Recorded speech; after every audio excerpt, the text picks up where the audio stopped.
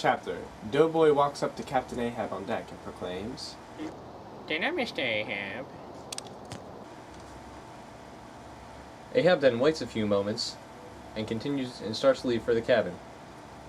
As he leaves, he tells Starbuck that dinner is ready, but Starbuck waits until Ahab is completely seated before he begins to leave. Then, as Starbuck is descending down the stairs, he calls to Mr. Stubb, who then has to wait until Starbuck is seated in order to enter.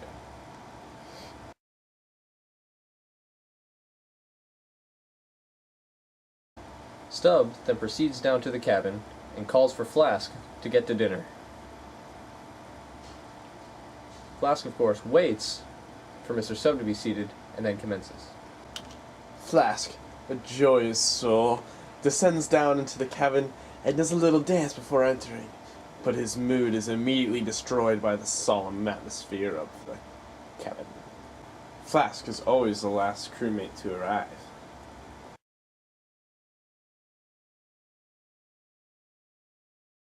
Ahab is then tasked with dividing up the food among the mates. There is no rule in place that says Ahab must divide up the food, and Ahab would not be angry if the mates were to take the food themselves.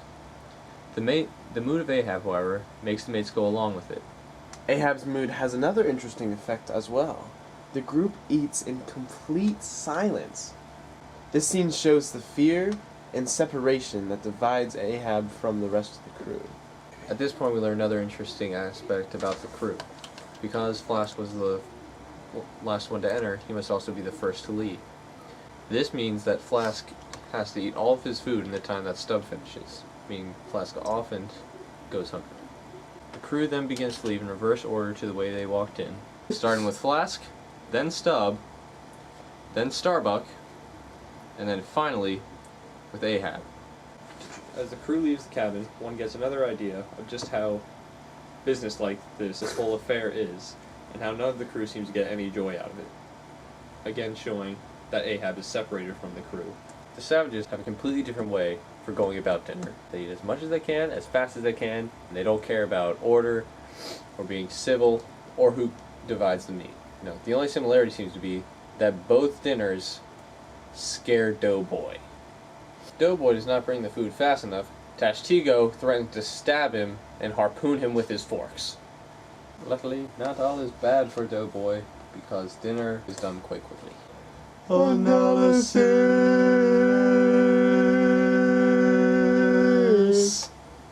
This is a pretty boring chapter in which pretty much nothing happens.